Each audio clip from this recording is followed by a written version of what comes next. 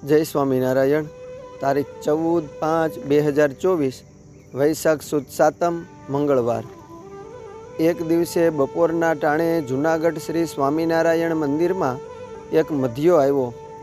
આધેડ વયને દેહ ઉપર લઘર વઘર લુગડા, પગમાં જૂના તૂટેલા પગરખા, માથે મધની બરણીને શેરીમાં ઊંચે અવાજે સાદ પાડતો હતો કે મધ લ્યો મધ, ચોખ્ખું મધ। આમ બોલતો મંદિરના ડેલામાં આવ્યો। માથે બરણી ઉપર લૂમો જુમો માખીઓ મધની લાલચે બણબણે। મંદિરના પટાંગણમાં આવી સાધુઓની મેળી સામે જોઈને સંતોને જોઈ વળી સાદ પાડતો બોલ્યો, જે મધ લ્યો મધ મહારાજ, મધ લેવું। એ ટાણે થોડેક આઘેરા જૂનાગઢ મંદિરના ફળિયામાં માળા લઈને ટેલતા સદગુરુ નારાયણદાસ સ્વામીની પડખે મધ્યે જઈને કહ્યું કે મહારાજ, ચોખ્ખું મધ લ્યો, ગળ્યું ને સારું છે, ગૈરનું તાજું જ વેડેલું છે। નારાયણદાસ સ્વામીએ પુરાણી ગોપીનાથ સ્વામીને સાદ કરીને બોલાવ્યા ને કીધું કે તું થોડી વાર ઊભો રહે, હું કોઠારીને બોલાવું। નારાયણદાસ સ્વામીનો સાદ સાંભળીને ગોપીનાથદાસ સ્વામી તુરત બહાર આવ્યા ને સ્વામી પાસે જઈને પગે લાગતા બોલ્યા કે બોલો સ્વામી। ત્યારે નારાયણદાસ સ્વામી કહે કે પુરાણી આ મધ્યો આવ્યો છે, માંદા સાધુઓને દવામાં કામ લાગે અને શિયાળો છે તો દેવને થાળમાં મધ ને ઘી પણ ધરાવાય। આપણે ભંડારમાં મધ ખૂટું આવ્યું છે તો તમે ખાતરી કરીને લઈ લ્યો। ભલે સ્વામી।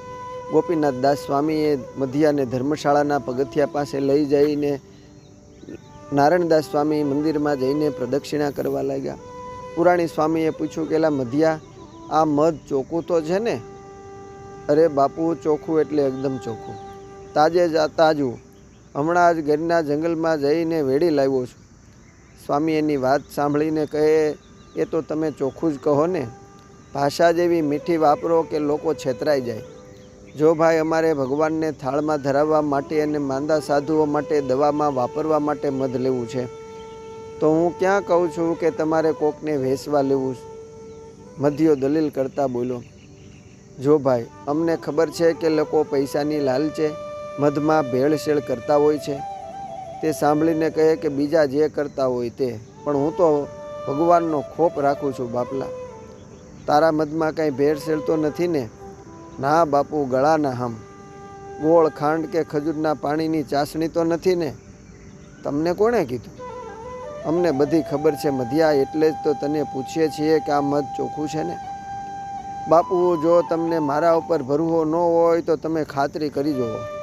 આંખમાં મધનું ટેપું નાખો, જો આંખ બળે તો માનજો કે મધ હાસું। એ તો ફટકડી હોય એટલે આંખ તો બળે જ ને, પણ તું તારી દેવીના સમ ખા તો અમે માનીએ કે આ મધ ચોખ્ખું છે। મધ્યો તુરત બોલ્યો કે અરે મહારાજ, દેવી કાંઈ હમ ખાવા થોડીશ, મધની વિશે દેવીને ક્યાં લાવ્યા? સ્વામી, હું ગરીબ માણા કાંઈ ખોટું બોલું? સ્વામી વિનોદ કરતા કહે, તો તને સમ ખાવામાં શું વાંધો છે? તો જો સ્વામી, જો હું ખોટું બોલતો હોઉં ને તો આ મધમાં જો કાંઈ ભેળસેળ હોય તો આવતે ભવે મને તમારો જ અવતાર આવે। લ્યો બસ, હવે હાસું મનાણું? મધ્યાના સમ સાંભળીને ઊભેલા સંતો ભક્તો હસી પડ્યા। ગોપીનાથદાસ સ્વામી કહે કે મધ્યા, તે સમ ખાવા માટે અમારામાં એવું નબળું શું જોયું? ત્યારે તુરત જ બોલ્યો કે હોય સ્વામી, તમારામાંય નબળું હોય। ગોપીનાથદાસ સ્વામી એને મંદિર તરફ આંગળી ચીંધીને કહે કે આમ જોતો ખરો, આ મંદિરને સોનાના કળશ, આટલી વિશાળ જગ્યામાં રહેવાનું, પાકી રસોઈ જમવાની ને હરિભક્તો કેટલું સન્માન આપે, અન્ન વસ્ત્રની કાંઈ ચિંતા નહીં ને છાંયે બેસીને ભગવાનની માળા કરીએ। ત્યારે મધ્યો તુરત જ બોલ્યો કે સ્વામી, તોય અમારે હોય એવું તમારે ન હોય। પણ ભલા માણા, તારા દેદાર તો જો, ફાટેલ તૂટેલ કપડાં, થીંગડાનો પાર નહીં, સીમમાં ખેતી નહીં, ગામમાં ઘર નહીં, તોય તે સમ ખાવા માટે અમારો અવતાર માંગ્યો।